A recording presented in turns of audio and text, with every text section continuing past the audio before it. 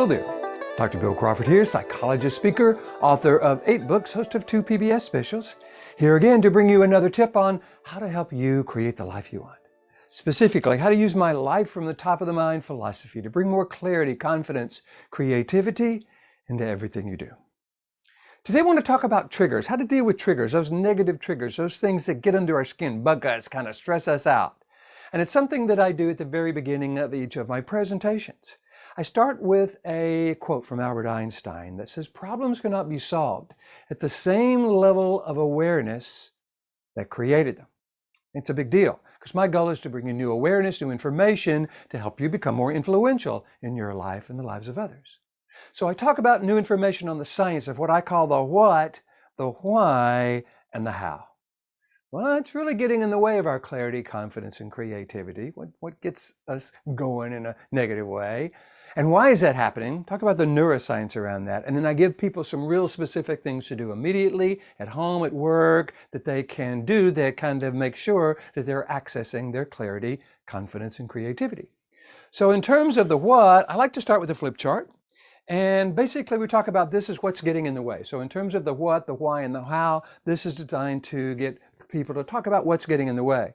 And I like to make sure that I'm helping people deal with those things that are really meaningful. I call them problem triggers and problem reactions.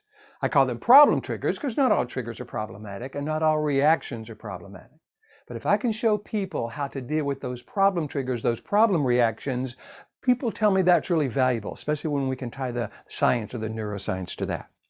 So in terms of triggers, we talk about, hey, right now we're in the middle of a COVID thing, talk about deadlines, deadbeats, difficult people are stubborn, not paying attention, could be bad drivers, could be kids, families, spouses, could be lack of resources, whatever. What I would like you to do, if you want to make this meaningful to you, is just imagine that this list represents those situations in your life that you would call problematic triggers. So I say, okay, so when we're dealing with all this stuff, how do we find ourselves reacting? And people say, well, hey, we get stressed, we get frustrated, we get anxious, angry, worried, start to doubt ourselves sometimes, confused, annoyed, lose focus, lose sleep, drives me crazy. So again, just allow this list to represent any way we have found ourselves reacting to the triggers that we want to have more influence over going forward. So basically, this is the trigger, this is the reaction, this triggers this. Makes sense. Now, we don't like feeling stressed, frustrated, anxious, angry. So when we feel this, what we often do is go over here and try to change whoever or whatever we think made us feel that way in the first place. And hey, anytime you can change something in your life and you feel better as a result of it, I'm a big fan of that. But often when people talk about the triggers, not enough time, difficult people, deadlines, lack of resources, COVID, a lot of that stuff we really can't change. So when we run across something that we think is making us feel bad, that we want to change but we can't, that actually triggers another reaction. And unfortunately, what that does is this reaction is now more intense because there's a sense of additional frustration or stress or powerlessness associated with it. In other words, we get more stressed, more frustrated, more anxious, more angry. And when we try to deal with life, when we're stressed, frustrated, anxious, or angry, we're just not very effective. So we feel less effective, the situation seems to get worse, which triggers another reaction, which makes it seem worse and reaction and worse, reaction and worse, reaction and worse until something explodes. And I call this the cycle of stress, frustration, and anxiety. And I think what's important about that is it's not just that we're getting triggered. Because if we just got a little stressed and we could flip up to clarity, confidence, and creativity, hey, where's the problem? I think getting caught in this ever-escalating cycle, that is one part of the problem. Another part of the problem is seeing this making us this. A lot of people make the mistake. They kind of fall into the trap of mistaking the what for the why. Remember, we're talking about the what, the why, and the how. So this is definitely the what, but there's something going on here that is different. In other words, it's not the trigger that is making us feel this way. The reason we want to make sure that isn't the case because we don't want to have to change all of these people or situations before we can feel differently. We don't want to give difficult people, difficult situations the power to make us feel that way. So we don't want this to be the cause. What I talk about is that there is an intervening variable in here that is actually the cause, and that's the why. See, think about a trigger. Trigger is part of a gun, right? And you pull the trigger, but the trigger doesn't fire the gun. The trigger hits the firing pin hits the bullet goes out of the gun, and that's how the gun works. If you had a gun that had no firing pin in it, you could just pull the trigger all day long and nothing would happen. So what we want to do is recognize that, yeah, this does trigger something, but it's really this intervening variable that is the why. When I'm talking to people about the why, I help them understand that everything we think and feel and do and say, how we react to others, how others react to us, all has to do with how the brain processes information.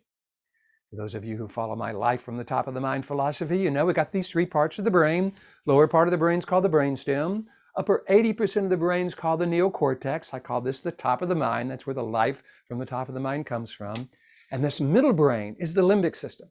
And the limbic system is kind of the scanner, the processor, the router part of the brain.